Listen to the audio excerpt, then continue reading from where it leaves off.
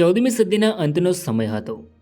જૂનાગઢની ધરતી પર ચુડાસમા રાજવંશ શક્તિશાળી રીતે શાસન કરતું હતું, જેમાં રાજા રામ માંડલિકનું શાસન ચાલતું હતું. તેમની ન્યાયપ્રિયતા અને શૌર્યની વાતો દૂર દૂર સુધી ફેલાયેલી હતી. પરંતુ ઈસવીસન 1400ની આસપાસ નિયતિનો ખેલ બદલાયો. રામ માંડલિકનું અવસાન થયું અને તેમનો કોઈ વારસદાર ન હોવાથી જૂનાગઢની ગાદી ખાલી થઈ. આ સમયે તેમના ભાઈ રામ મેલિંગદેવ આગળ આવ્યા અને જૂનાગઢના રાજસિંહાસન પર બેઠા.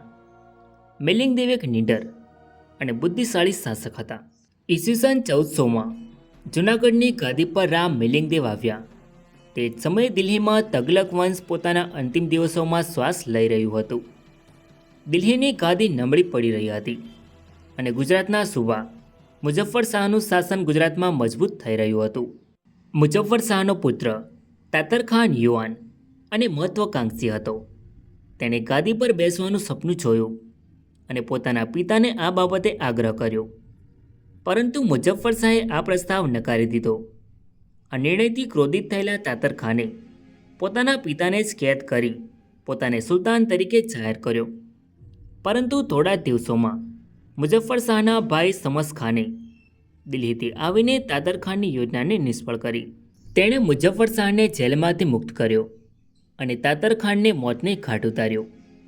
આ ઘટના પછી ઈસવીસન 1407માં મુઝફ્ફર શાહે ગુજરાતના સ્વતંત્ર સુલતાન તરીકે પોતાનું શાસન સ્થાપ્યું.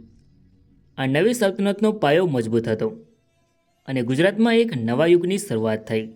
આવી પરિસ્થિતિનો લાભ લઈ રામ મેલિંગદેવે જૂનાગઢના શાહી થાણેદારને કાઢી મૂક્યો તથા મુસ્લિમોને વશ કરી લીધા. રામ મેલિંગદેવે રાજધાની વંથલીથી જૂનાગઢ ફેરવી નાખી અને ઈસવીસન 1413 સુધી નિરંકુશપણે રાજ કર્યું. ઈસવીસન 1411માં તાતર ખાનના પુત્ર અહમદ શાહે તેના દાદા મુઝફ્ફર શાહને મોતને ઘાટ ઉતાર્યો અને તેના પિતાના ઘાતનો બદલો લીધો. તે પછી તેના બળવાખોર સરદાર શેર મલિકને રામ મેલિંગદેવે આશ્રય આપ્યો. તેથી તેનો બદલો લેવા ઈસવીસન 1413માં સોરઠ ઉપર ચડાઈ કરી.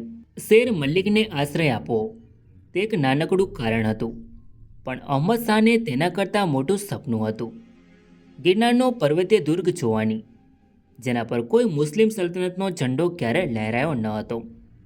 ઈસવીસન 1413ના વર્ષમાં અહમદ શાહે પોતાનું વિશાળ સૈન્ય સોરઠ તરફ મોકલ્યું. પહેલું નિશાન ઝાલાવાડનું પાટનગર કુવા પર હતું. ઝાલારાજ કૃષ્ણરાજે પોતાની તલવાર તાણી, પણ સૈન્યની સંખ્યા જોઈને તેમનું હૃદય ધ્રુજી ઉઠ્યું. તેણે પરાજયની આગાહી કરી અને મેલિંગદેવના આશ્રયે જવા નીકળ્યા. અહમદ શાહને હવે બેવડું વ્યાજબી કારણ મળી ગયું હતું: શેર મલિકનો આશ્રય અને ઝાલારાજનું ભાગવું. ત્યારબાદ સુસજ્જ સૈન્ય સોરઠની ધરતી પર આવ્યું. રામ મેલિંગદેવે વંથલીના કિલ્લામાંથી સામનો કર્યો. તેમના સૈનિકોની તલવારો ચમકી, ધનુષ્યના બાણ વરસ્યા. મુસ્લિમ સૈન્યોને જોરદાર ટક્કર મળી. મેલિંગદેવની વીરતા સામે અહમદ શાહનું સૈન્ય થંભી ગયું. યુદ્ધના મેદાનમાં લાશોના ઢગલા થયા અને અહમદ શાહનું સૈન્ય પરાજિત થઈને પાછું ફર્યું. મેલિંગદેવે તેમના સાધનો, ઘોડા અને શસ્ત્ર સરંજામ પોતાના કબજે કરી લીધા. આ હારના સમાચાર અહમદ શાહને અમદાવાદ પહોંચ્યા ત્યારે તેનો ક્રોધ આકાશને આંબી ગયો. ઈસવીસન 1414માં તેણે પોતે સૈન્યનું નેતૃત્વ લીધું. વિશાળ સેના, હાથીઓની કતાર અને ઘોડેસવારોની ધૂળથી સોરઠની ધરતી ધ્રુજી ઉઠી. રામ મેલિંગદેવે ફરીથી તલવાર તાણી. વંથલીની આસપાસ ભયંકર યુદ્ધ થયું. દરેક બાણ, દરેક તલવારના ઘાનો ઇતિહાસ બનતો ગયો. મેલિંગદેવે વીરતાપૂર્વક યુદ્ધ લડ્યા, પરંતુ અહમદ શાહની સૈન્ય સંખ્યા અને રણનીતિની સામે તેમનું સૈન્ય ખૂટવા લાગ્યું. અંતે વિજય અહમદ શાહનો થયો.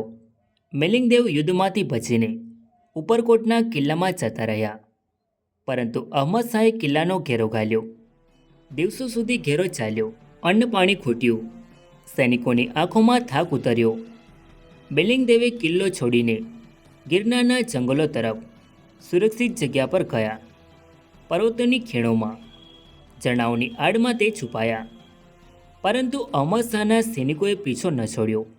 અને ગિરનારની ટોચ સુધી પહોંચી ગયા. આખરે શરણાગતિનો દિવસ આવ્યો.